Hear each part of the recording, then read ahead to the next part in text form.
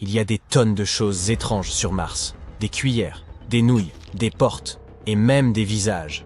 Sont-ils vraiment juste des cailloux? Et par ailleurs, ce n'est pas la seule planète de notre système solaire qui soit remplie de choses mystérieuses. Découvrons-les ensemble.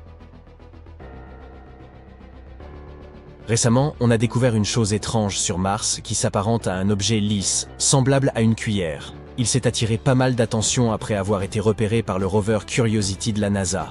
La roche, avec son manche et sa tête arrondie, semble flotter sur la photo. Les internautes demeurent perplexes quant à ce que cela pourrait bien être. Certains plaisantent en avançant qu'il s'agirait d'une quille de bowling martienne, ou même d'un chausse-pied laissé par une civilisation extraterrestre. Mais Andrew Good, le porte-parole de la NASA, dit que ce n'est rien de si excitant. Il semblerait que ce ne soit qu'un rocher façonné par le vent au cours d'une longue période. Ce type de roche aux formes étranges est commun sur la planète Mars. On les appelle des ventifacts. Un ventifact est une roche qui peut être gravée, creusée ou lissée par les minuscules particules charriées par le vent. On trouve généralement ces types de roches dans des endroits secs où il n'y a pas beaucoup d'arbres ou de végétation pour arrêter les courants aériens et où beaucoup de sable est emporté. Parfois, le vent peut donner à ces ventifacts des formes vraiment étonnantes, comme ces rochers en forme de champignons que l'on peut observer dans le parc naturel du désert blanc égyptien. Ces roches ressemblent à la maison des Schtroumpfs, car le vent érode la partie inférieure plus rapidement que le sommet, leur donnant cette forme allongée. Les ventifacts ne sont pas les seules roches martiennes dignes d'intérêt. Regardez plutôt ces séries de pointes à l'aspect irréel qui émergent de la surface rouge. Le rover Curiosity les a découvertes lors de l'exploration du cratère Gale sur Mars. Elles ont rapidement captivé l'attention de tout le monde. Ces structures torsadées, semblables à des pointes, ressemblaient à une porte vers un autre monde. Même l'Institut SETI, une organisation consacrée à la recherche de vie extraterrestre, a bien été forcé d'admettre à quel point cette roche était stylée. Mais en réalité, ce ne sont que des cheminées de faits. Ces pointes hautes et effilées se manifestent lorsqu'une roche dure se trouve au-dessus de couches plus tendres. Il est probable que ces pics martiens ne soient d'autre que le remblai d'anciennes fractures dans la roche sédimentaire, et dont les matériaux plus tendres se sont érodés au fil du temps. On compte également de nombreuses cheminées de faits sur Terre. On les appelle également pyramides, ou demoiselles coiffées. On peut en trouver dans des régions telles que Bryce Canyon, en Utah, ou même dans les Hautes-Alpes. La NASA s'intéresse à ces structures étranges, car elles pourraient nous aider à en apprendre davantage sur l'histoire du cratère Gale. On a aussi aperçu un rocher qui ressemblait à un beignet à la confiture. Il a été baptisé Pinnacle Island après avoir été repéré par les caméras de la NASA. Néanmoins, seulement 4 jours auparavant, il était introuvable. Alors, comment est-il magiquement apparu? Eh bien, sans la moindre surprise, il a simplement été délogé par l'une des roues du rover Opportunity pendant qu'il traversait le terrain. Mais le mystère continue de planer autour de ce fameux beignet. Les analyses ont révélé que Pinnacle Island contenait des niveaux étonnamment élevés de soufre et de manganèse.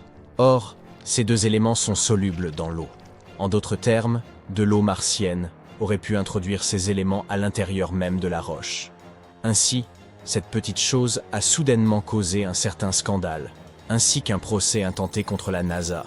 Un homme soutenait que l'agence avait négligé la possibilité qu'il s'agisse là d'un authentique champignon martien.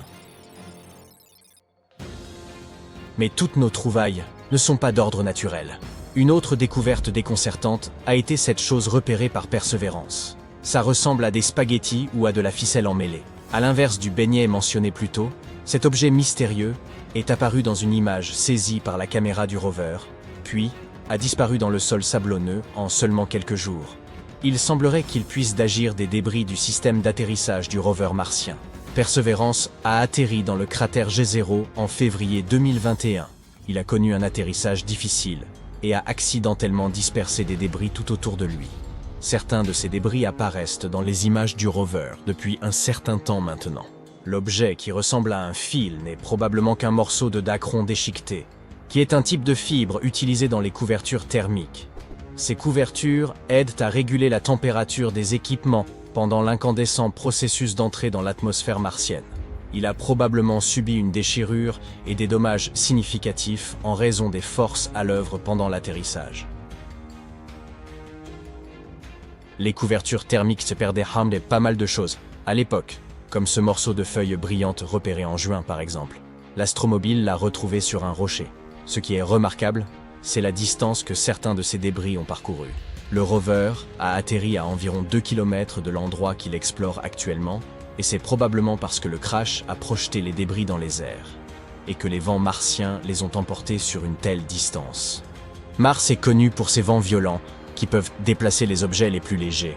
Toutefois, s'il est amusant de les découvrir à l'écran, des inquiétudes persistent au sujet des débris et autres déchets abandonnés sur Mars. Nous n'avons même pas réglé ce problème sur Terre, et nous sommes déjà en train de le reproduire sur Mars.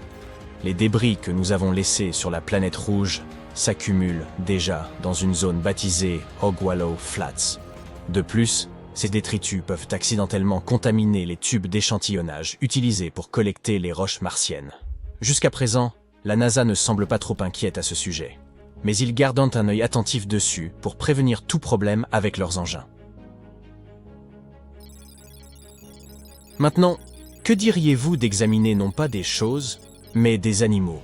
Le rover Curiosity a causé le plus grand émoi lorsqu'il a photographié une chose qui ressemblait à un rat martien. Certains ont commencé à spéculer qu'il pourrait s'agir d'une trace de vie extraterrestre, ou même que ce rongeur ait été apporté par Curiosity. Mais le rat de Mars, une fois de plus, s'est avéré n'être qu'un étrange caillou. Il ne devait son aspect qu'à des processus naturels, comme l'érosion éolienne et l'abrasion mécanique. Nous avons également découvert plusieurs choses qui nous rappellent des asticots. Curiosity a pris cette photo d'une formation ressemblant à des vers qui se tortillent à travers le paysage martien. En dépit de sa petite taille, cette formation se distingue par sa forme unique et sa texture rugueuse. Elle est probablement faite d'un matériau durable, résistant à l'érosion constante de la planète. Et enfin, notre découverte la plus mystérieuse est le visage de Mars. Cydonia Mensae est une région de Mars qui a captivé à la fois l'intérêt scientifique et celui du public. Elle se trouve dans l'hémisphère nord de Mars et se situe entre des régions constellées de cratères au sud et des plaines relativement lisses au nord.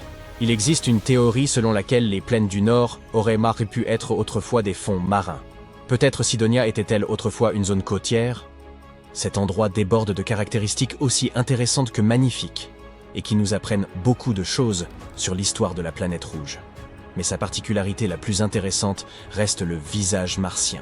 Cette chose a suscité la plus grande attention depuis qu'elle a été repérée par l'orbiteur Viking 1 en 1976. Certains croyaient que c'était la trace d'une civilisation martienne depuis longtemps disparue. Au début, la NASA l'a rejeté comme n'étant qu'un jeu d'ombres et de lumière. Mais après quelques analyses, il s'est avéré que c'était, oui, encore un rocher. Nous avons également vu un visage d'ours, capturé par la caméra High Resolution Imaging Science Experiment. Dans cette image, on peut observer une faille suivant un motif circulaire, et qui ressemble à la tête d'un ours, avec deux petits cratères formant les yeux et une aspérité en forme de V qui en compose la truffe. Cette tête s'est probablement formée parce que quelque chose de lourd s'est retrouvé sur un ancien trou dans le sol. Celui-ci était rempli soit de lave, soit de boue. Le relief ressemblant à un nez est, quant à lui, censé provenir d'une éruption. Mais pourquoi continuons-nous de voir ces choses étranges sur Mars? Parfois, notre cerveau peut nous leurrer et nous laisser voir des choses telles que des visages ou des objets dans les rochers et la nature. Mais tout cela n'est qu'une illusion, appelée pareidolie. La pareidolie est un phénomène psychologique qui nous laisse voir des motifs ou des formes familières, surtout des visages, là où il n'en existe aucun. Cela se produit parce que lorsque le cerveau est confronté à quelque chose qu'il ne reconnaît pas ou ne comprend pas immédiatement, il essaie de se rappeler des choses qui y ressemblent le plus. Il perçoit ainsi des motifs, des textures ou des sons étrangers comme quelque chose de significatif et de reconnaissable. C'est pourquoi une chaise avec des vêtements dessus peut ressembler à une figure d'épouvante pendant la nuit. Cela vous fait également voir des visages ou des formes dans les nuages, ou déceler des sons reconnaissables et même des mots dans un bruit incongru. C'est une preuve fascinante de la complexité de notre perception. Mais nous devrions également nous prémunir contre cela, et ne pas trop laisser courir notre imagination. Nous ne parvenons toujours pas à trouver l'origine du signal mystérieux qui nous parvient depuis 2018. Nous le recevons toutes les 22 minutes, et rien ne peut l'expliquer. Certains scientifiques pensent même qu'il pourrait provenir d'une civilisation extraterrestre que nous n'avons pas encore rencontrée.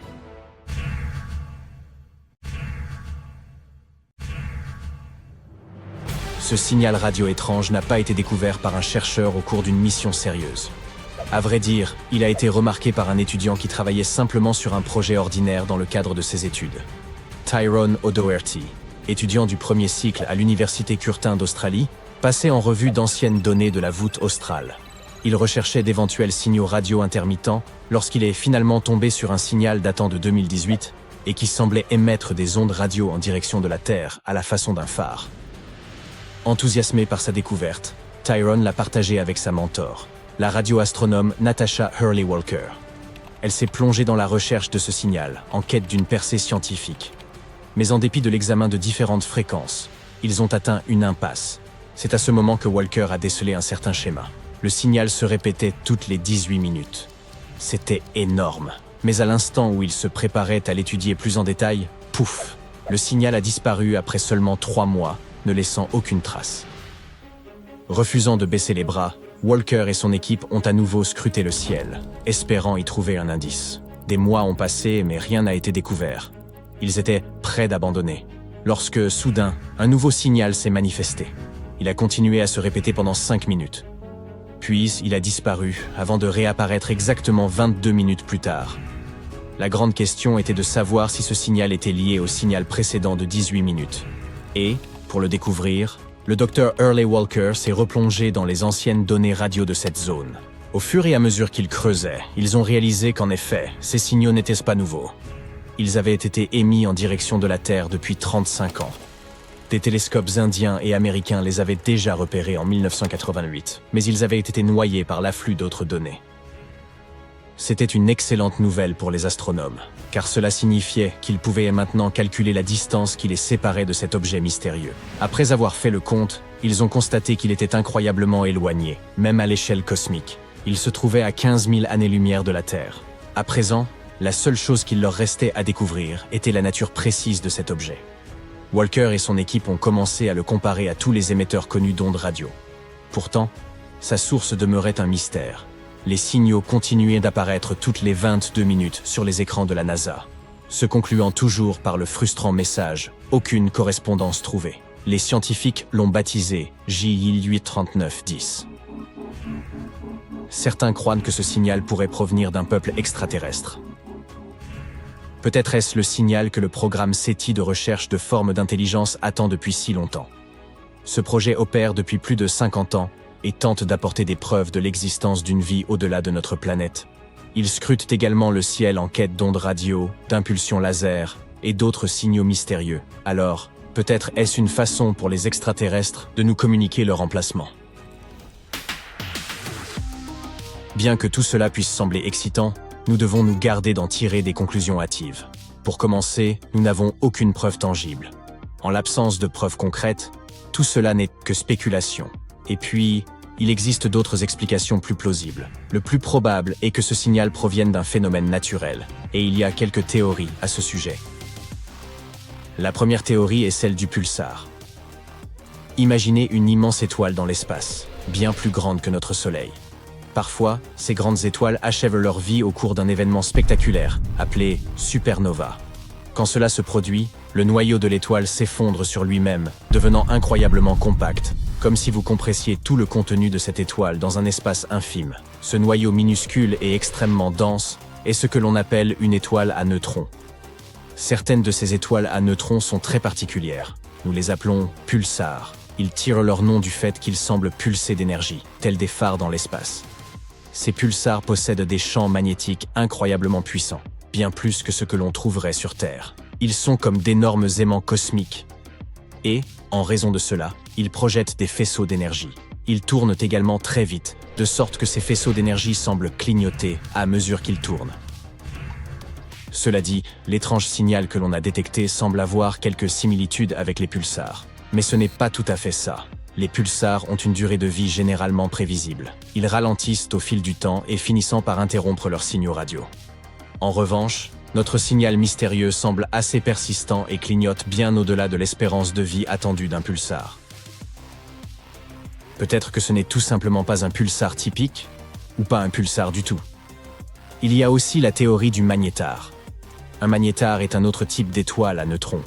Ils sont comme des versions surchargées des pulsars, avec des champs magnétiques encore plus puissants et des périodes de pulsation légèrement plus longues.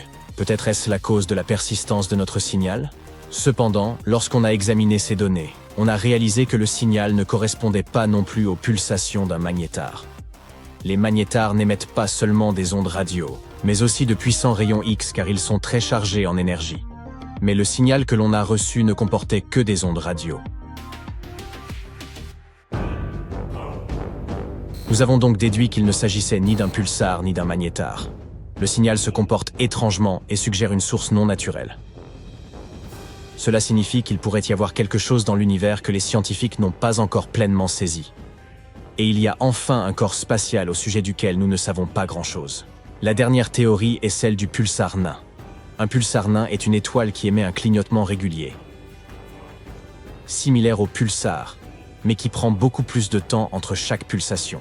Habituellement, les naines blanches sont formées des restes de petites étoiles. Elles ne clignotent pas, parce que leur champ magnétique n'est pas aussi puissant que celui des pulsars.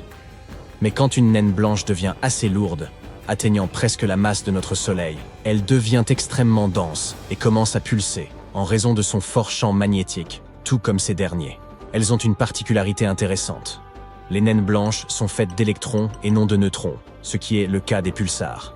Lorsque ces électrons chargés commencent à danser avec le champ magnétique, ils émettent des éclairs de lumière périodiques, qui se produisent toutes les 100 à 1000 secondes. Comme vous vous en souviendrez, notre signal a une période de 22 minutes, soit 1320 secondes. C'est un peu plus long que les pulsars nains blancs ordinaires, mais c'est ce qui semble le plus proche de la vérité. Jusqu'à présent, il semble que ce soit l'explication la plus plausible.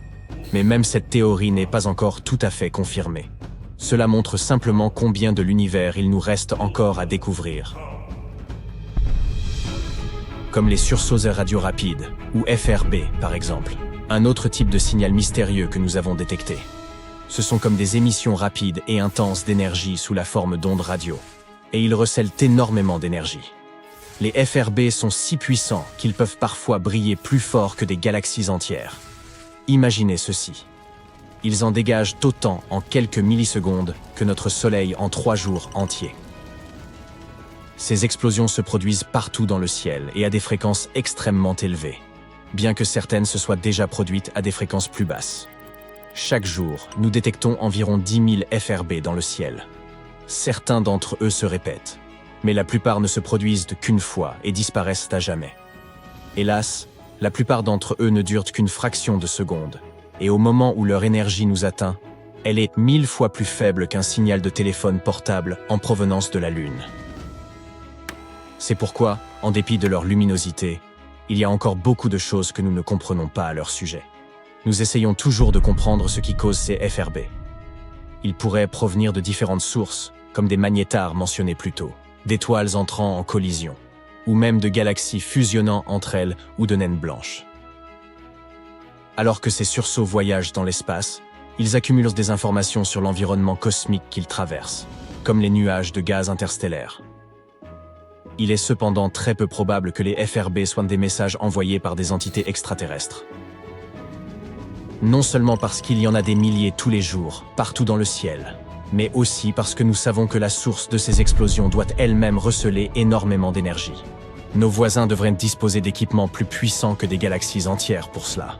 Mais le fait est que, bien que tous ces signaux soient fascinants, il reste encore beaucoup à apprendre à leur sujet. Si la théorie du multivers s'avère exacte, notre réalité n'est pas la seule à exister. Ce qui semble aussi fascinant que terrifiant, n'est-ce pas? Bon, mais tous les scientifiques ne sont pas d'accord avec ce concept vertigineux. Et soyons honnêtes, établir un quelconque contact avec ces univers parallèles semble aussi probable que de gagner à la loterie tout en faisant du monocycle.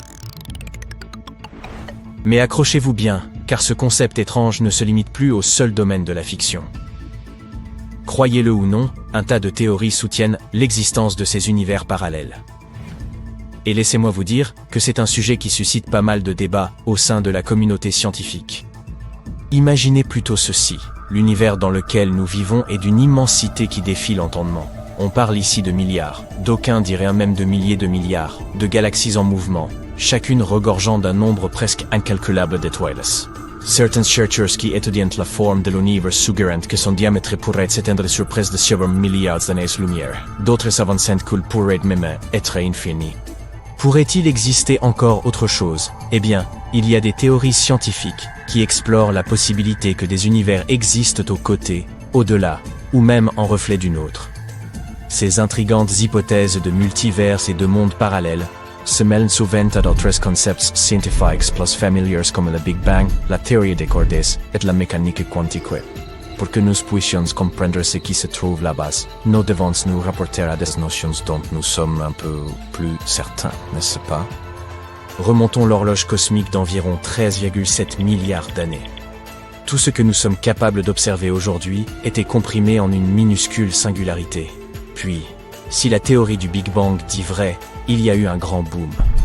L'univers s'est étendu partout à une vitesse supérieure à celle de la lumière, le tout en moins d'une seconde. La manière dont il serait né a amené certains chercheurs à réfléchir à l'existence de plus d'un univers. Ils se demandent si cette croissance soudaine est achevée partout au même moment. Alors que cette expansion semble se limiter à l'univers observable, l'inflation cosmique pourrait encore se poursuivre dans d'autres recoins mystérieux du cosmos. Certains physiciens théoriques prétendent que lorsque l'inflation s'achève à un endroit, un nouvel univers en forme de bulle se formerait quelque part.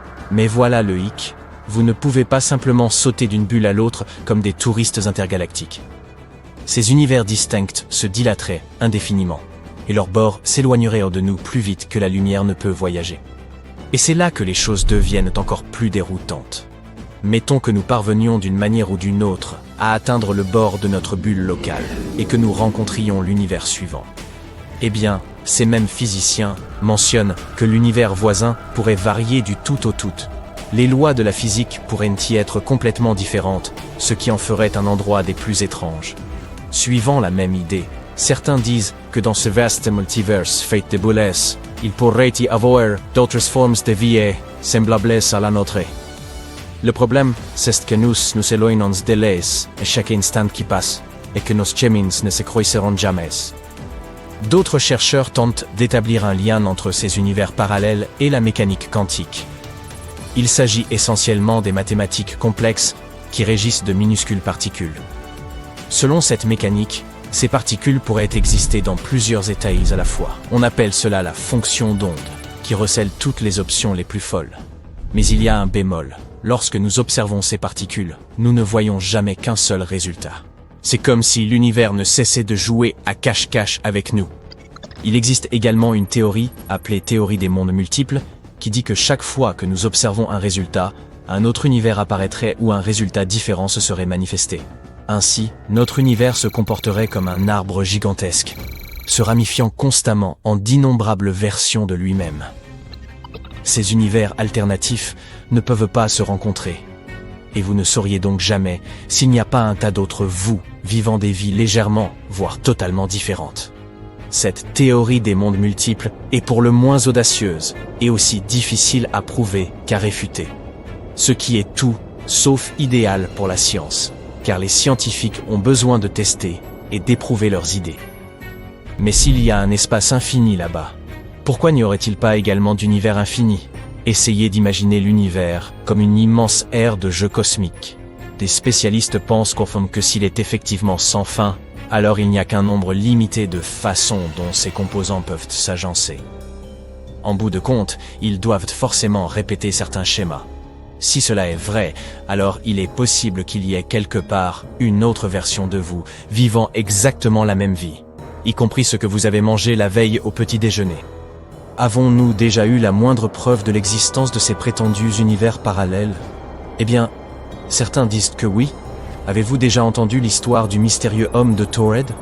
C'est l'histoire d'un homme qui s'est retrouvé dans un aéroport japonais et affirmait venir d'un pays totalement inconnu, baptisé Taured. Certains pensent que cet homme était un voyageur temporel, tandis que d'autres y voient la preuve qu'il venait d'un univers diamétralement différent. Aussi tentant qu'il puisse être de croire à cette histoire, le problème est ce lieu appelé Taured. Il y a une raison pour laquelle vous n'en avez jamais entendu parler. C'est qu'il n'y a pas de Taured sur la carte. Que ce soit de nos jours ou dans les années 50, lorsque tout céleste censé s'être produit. Après l'incident à l'aéroport, l'homme s'est tout simplement volatilisé un jour après son arrivée au Japon. Pouf, disparu à tout jamais. Revenons à ce jour fatidique de juillet 1954, où l'homme de Taured est censé avoir atterri à Tokyo. On l'a décrit comme un homme barbu, s'exprimant en français. Rien de très extravagant jusqu'ici, n'est-ce pas? Mais en fonction de qui raconte l'histoire, les choses commencent à diverger un peu. Selon une version, quand l'homme a donné son passeport afin qu'il soit tamponné, l'officier japonais n'en a pas cru ses yeux. Bien qu'il ait pu sembler authentique, le pays indiqué de Taured n'était connu de personne, pas plus de l'officier que des autres fonctionnaires. Naturellement, on a convié le visiteur à un petit interrogatoire. Dans une autre version, l'homme aurait annoncé de but en blanc qu'il venait de Taured et montré son passeport quand personne ne l'a cru. Notre homme de Taured a ensuite cherché à convaincre les autorités que sa patrie existait bel et bien. D'après lui, Taured se serait situé quelque part entre la France et l'Espagne et aurait existé depuis près de 1000 ans. Pour le prouver, il aurait même pointé sur la carte une région correspondant à la principauté d'Andorre. Évidemment, le mystère n'a fait que s'épaissir. Les autorités ont donc décidé de placer l'homme en détention, soupçonnant qu'il pourrait y avoir anguille sous roche. On l'a logé dans un hôtel à proximité pour la nuit, mais non sans stationner 2 gardes devant sa chambre pour garder l'œil dessus. Pouvez-vous deviner ce qui s'est passé ensuite? Roulement de tambour, s'il vous plaît. Lorsque les agents se sont présentés le lendemain matin, prêts à poursuivre leur enquête, l'homme avait disparu sans laisser de traces.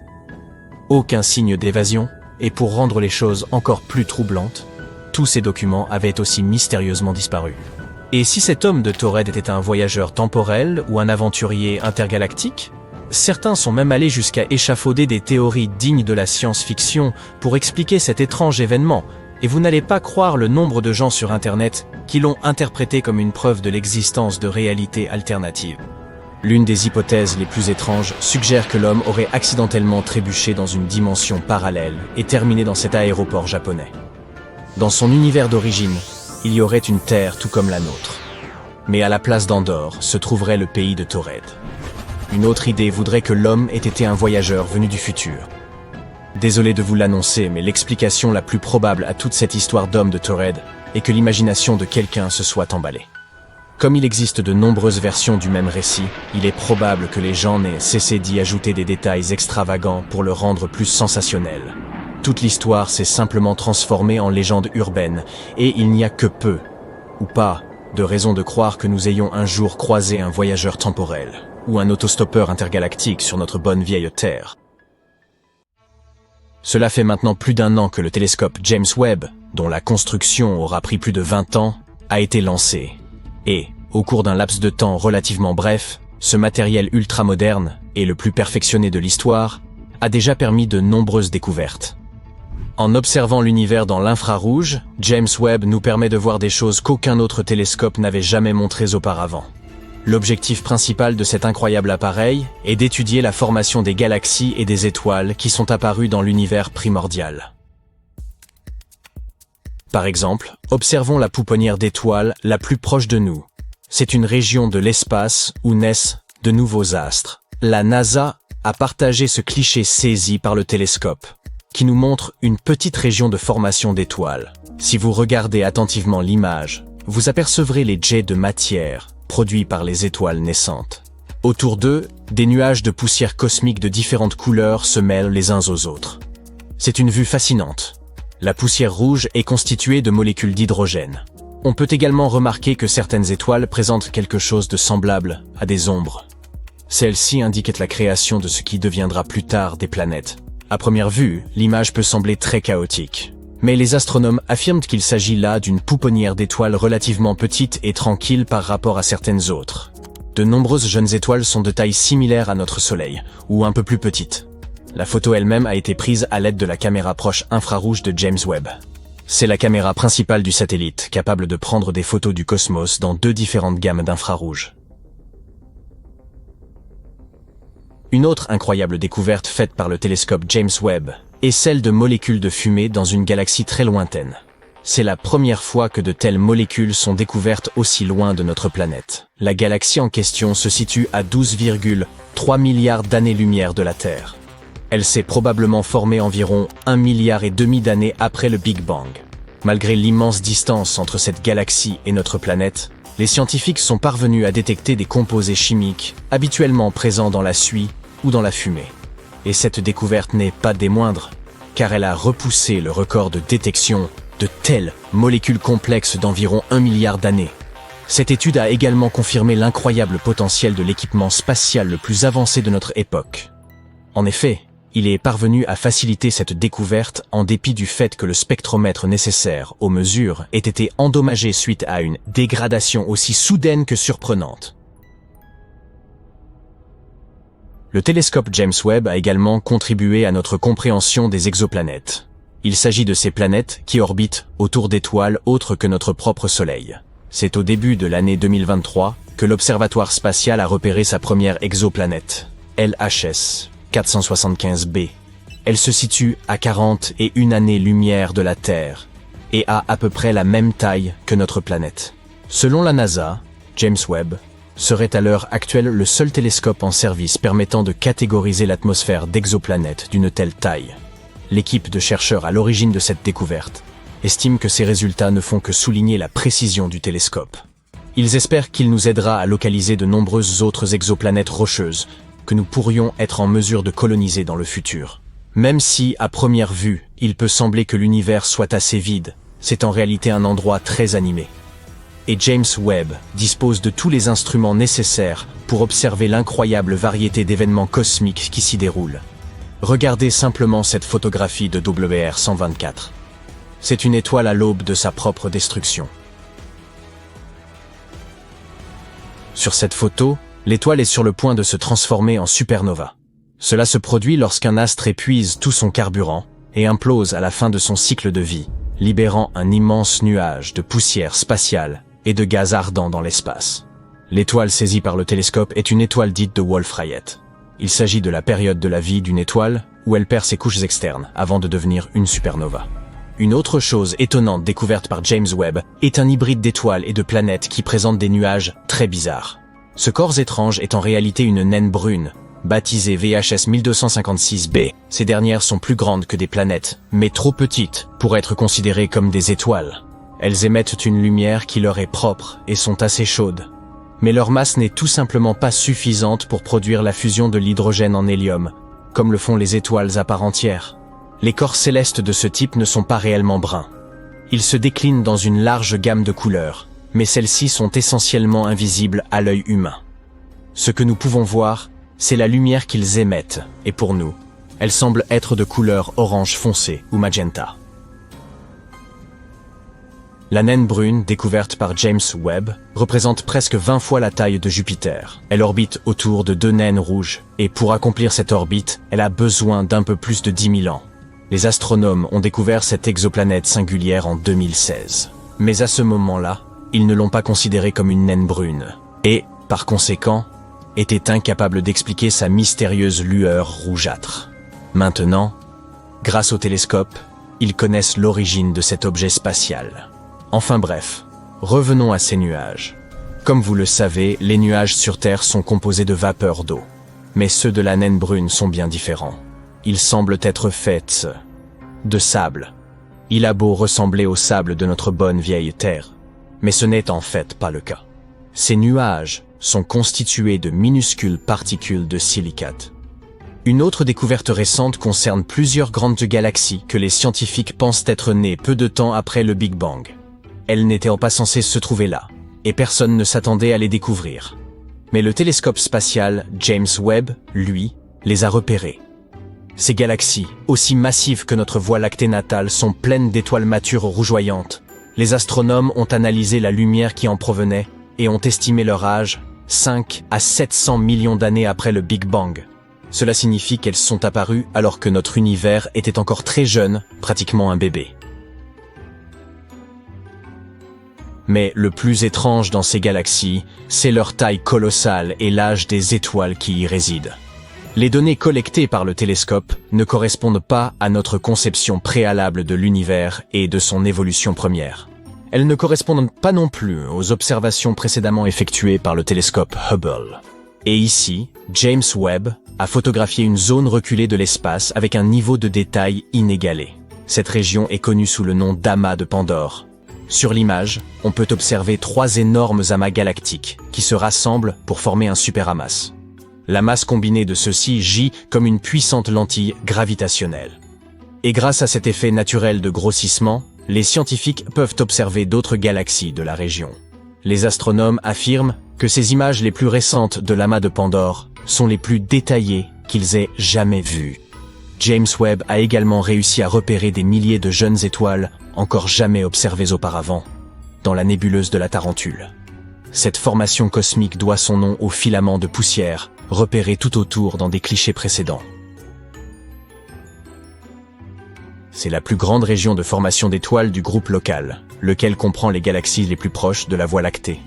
Les images du télescope James Webb nous ont considérablement éclairés sur la composition de cette nébuleuse. Il y a également détecté des proto-étoiles, de très jeunes astres en train de gagner en masse. Les astronomes s'attendent à ce que ces proto-étoiles finissent par se former tout à fait, façonnant encore davantage la nébuleuse. Parmi les autres découvertes effectuées par le télescope James Webb, on compte la naissance de 50 étoiles lointaines. Certaines d'entre elles présentent des disques protoplanétaires qui pourraient plus tard former des systèmes solaires à plusieurs années-lumière de notre propre système. Voici une autre photographie de James Webb. On peut y voir un trou noir supermassif, d'une masse équivalente à celle de 9 milliards de soleils. Il est si ancien et si proprement gigantesque que les scientifiques ont bien du mal à expliquer son existence. Les astronomes ont également découvert un anneau lointain de poussière, de roches et de gaz qui contient un composé chimique appelé méthylium. Il est connu comme l'un des blocs de construction de la vie à l'échelle moléculaire, et on le retrouve dans la plupart des matières organiques de notre planète. James Webb a également aidé les chercheurs à observer de puissantes tempêtes de sable sur une planète située à 378 000 milliards de kilomètres de distance. Les astronomes étaient ravis de découvrir ce véritable coffre au trésor, rempli de nombreuses particules de sable microscopiques. Et maintenant, observez ceci. Vous reconnaissez cette image? Il s'agit des piliers de la création. Mais ce nouvel angle nous montre à quel point cette région poussiéreuse est véritablement étoilée. Vous pouvez comparer cette nouvelle photo avec celle prise par Hubble en 2014. C'est une preuve flagrante de nos progrès scientifiques. Qu'entendez-vous lorsque vous dites qu'un petit appareil contenant toutes les connaissances du monde se trouvera bientôt dans notre poche? Que les gens pourront communiquer entre eux depuis n'importe quel endroit du globe et à n'importe quel moment? Et que de nombreuses machines seront dotées d'une intelligence artificielle? Désolé, mon ami, je n'arrive pas à y croire. Tout cela me semble un tissu de sornettes. C'est peut-être ainsi que les gens de 1923 auraient réagi si quelqu'un leur avait dit comment la technologie évoluerait en l'espace d'un siècle. Mais comment réagirions-nous si un visiteur du futur remontait le temps et nous parlait de l'an 2123? Nous n'avons pas besoin d'un voyageur temporel pour nous en faire une idée. Car les scientifiques de notre époque peuvent déjà prédire l'évolution de la technologie au cours des prochaines décennies. Commençons donc par l'essentiel, la médecine. La recherche, les diagnostics, les méthodes de traitement, tout cela va se développer très rapidement. Les médecins et les chimistes du futur feront leur travail assistés par l'intelligence artificielle. Ils seront en mesure de diagnostiquer et de traiter les maladies beaucoup plus rapidement et efficacement. Il y aura même des nanotechnologies capables de guérir de graves problèmes de santé sans intervention chirurgicale. Imagine des millions de petits robots qui s'introduisent dans ton corps pour s'occuper de tous tes problèmes. Mais parallèlement, de nouvelles bactéries dangereuses, difficiles à soigner, pourraient apparaître dans le monde. La nature et l'évolution maintiennent toujours une forme d'équilibre. D'une part, nos médicaments vaincront les mauvais organismes, mais d'autre part, ils ne feront que les renforcer. Les gens bénéficieront d'améliorations considérables en matière de santé. Il est possible que nous soyons en mesure de vaincre le vieillissement d'ici quelques décennies. Vivre 200, 300, 500 ans, tout cela pourrait devenir une réalité. Certaines personnes vivant aujourd'hui retrouveront probablement leur jeunesse dans les 100 prochaines années. Les laboratoires pharmaceutiques créeront des outils pour améliorer la mémoire et la pleine conscience. La machine la plus puissante au monde, c'est-à-dire notre cerveau, deviendra encore plus performante. Des toniques pour brûler les graisses et se muscler peuvent transformer tes rêves en réalité.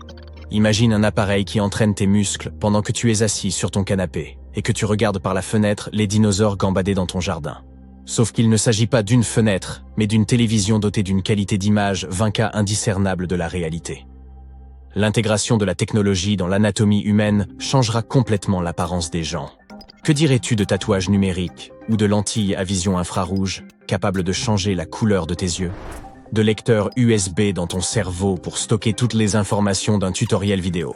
D'os en métal et de muscles super forts. Que dire de l'énergie? Nous pourrions passer complètement des batteries au lithium aux batteries solaires au cours des 100 prochaines années.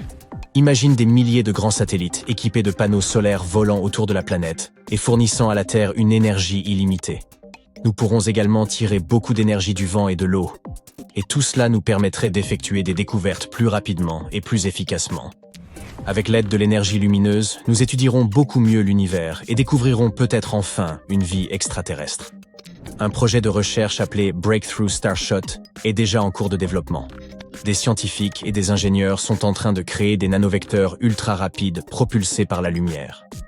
Il s'agit de minuscules sondes robotisées, dotées de divers outils de recherche et de systèmes de communication.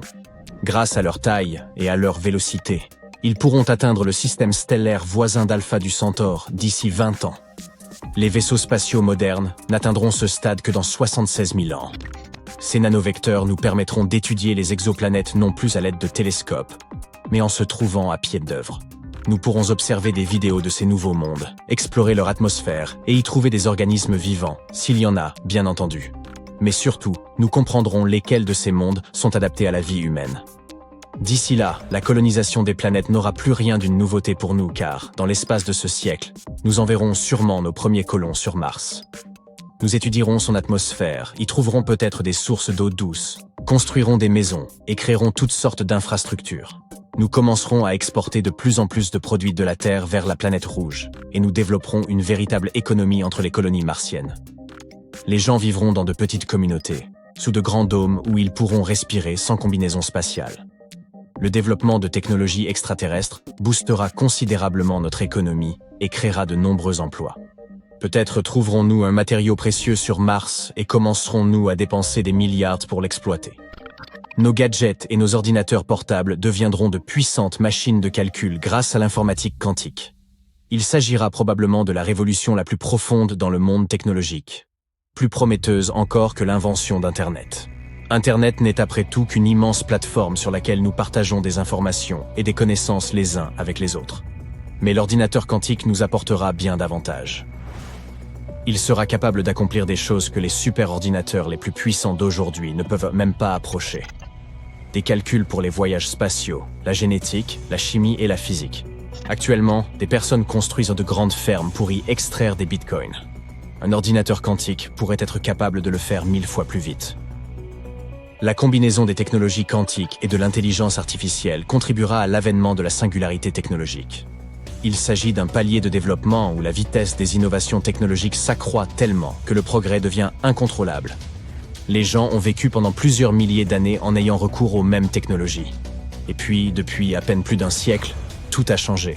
Grâce à l'électricité, aux moteurs à combustion interne, à la pénicilline et à d'autres découvertes, nous avons pu créer des antibiotiques, des voitures, Internet, des appareils photo, des jeux vidéo et des milliers d'autres choses. Et tout cela en très peu de temps. Dans un sens, il s'agissait déjà d'une singularité technologique. Ainsi, les ordinateurs quantiques et l'intelligence artificielle seront le prochain coup de boost, comme la révolution industrielle l'a été auparavant, et grâce auquel le monde commencera à changer tous les jours. Les lunettes de réalité virtuelle deviendront archaïques à l'avenir. Les gens porteront des lentilles transparentes avec une interface numérique, ou installeront carrément des puces dans leur cerveau. Les scientifiques pourront recréer l'ADN des dinosaures et des mammouths. Il y aura peut-être des technologies permettant d'enregistrer les rêves. Prédire l'évolution du progrès après une singularité technologique est assez difficile. Le cerveau humain pourrait ne pas s'adapter à ces changements rapides, ce qui pourrait entraîner de graves problèmes mentaux. Aujourd'hui, Passer de nombreuses heures à regarder de courtes vidéos sur les réseaux sociaux exerce une forte pression sur le cerveau. Que se passera-t-il ensuite lorsque la réalité virtuelle deviendra aussi réelle que la nôtre? Une simulation d'un monde parfait coupera de nombreux utilisateurs de la vie réelle. Notre perception du monde fonctionne grâce au cerveau, qui traite les signaux émis par nos sens.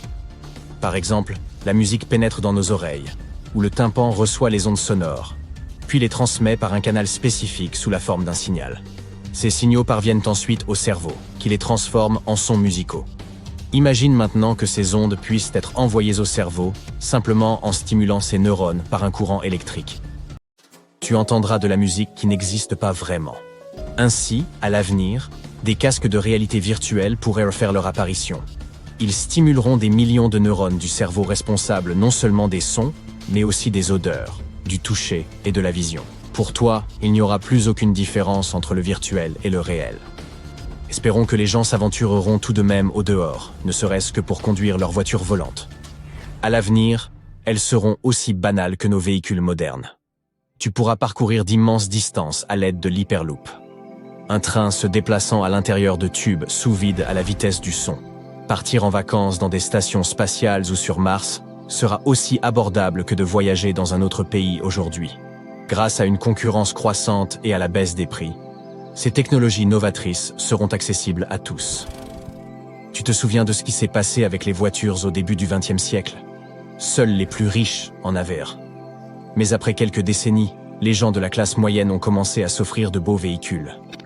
Même si tu ne pourras pas acheter de machines volantes à l'avenir, tu pourras toujours faire un tour dans un taxi aérien.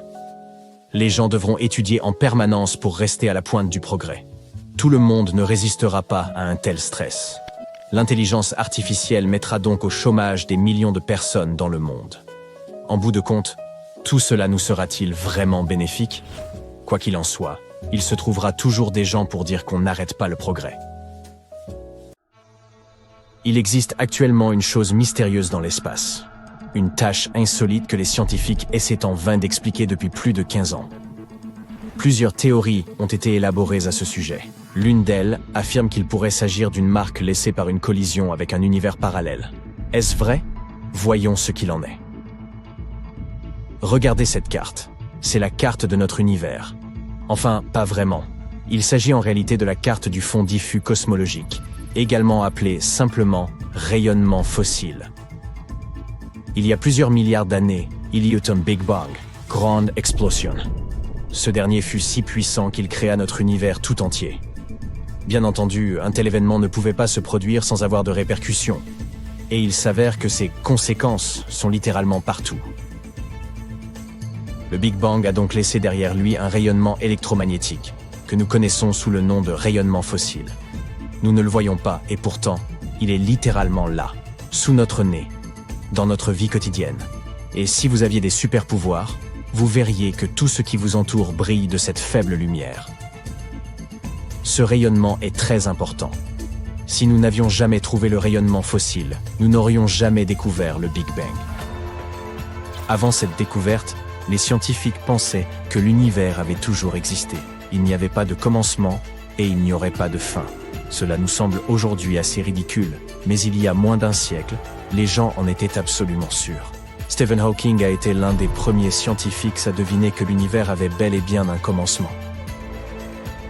Ce type était tellement cool qu'il s'en est rendu compte alors qu'il n'était encore qu'un étudiant, alors qu'il travaillait sur sa thèse de doctorat. Malheureusement, il n'avait aucune preuve à l'époque. S'il y a eu une telle explosion il y a des milliards d'années, alors où sont les traces? Où en est la preuve? S'esclavent alors ceux qui croient à la théorie de l'éther stationnaire. Mais pas de panique, cette preuve est vite arrivée. En 1965, les astronomes Arno Penzias et Robert Wilson découvrirent le rayonnement fossile. Ce fut la première preuve grandiose du Big Bang. Il s'est avéré que le rayonnement était partout, mais invisible à nos yeux.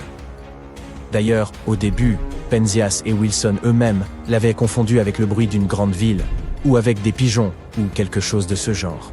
Pour leur découverte, qui bouleversa par la suite le monde de la science, ils reçurent le prix Nobel. Les gens découvrirent donc qu'ils étaient entourés de rayonnements électromagnétiques.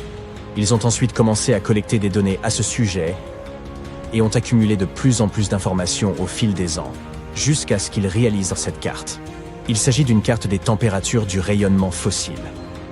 En la créant, les scientifiques ont découvert quelque chose d'inhabituel. Jetons-y un coup d'œil. Elle ressemble à un vaste ensemble d'endroits chauds et froids. Mais en réalité, notre univers est assez uniforme. Toutes les températures sur cette carte sont proches de moins 270,5 degrés Celsius, avec très peu de différence entre elles. Ces fluctuations de température entre les différents points de la carte s'avèrent de faible amplitude, et chaque petit point s'étend en fait sur des millions d'années-lumière. Notre monde est donc plutôt calme et stable, sauf sur un point, le cold spot, qui signifie « point froid » en français. C'est ce point, juste ici. Les astronomes l'ont découvert pour la première fois en 2004. À première vue, il n'y a rien d'inhabituel.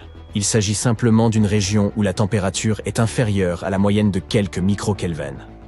Mais n'oubliez pas qu'il ne s'agit pas d'une petite zone, il s'agit d'une gigantesque région froide.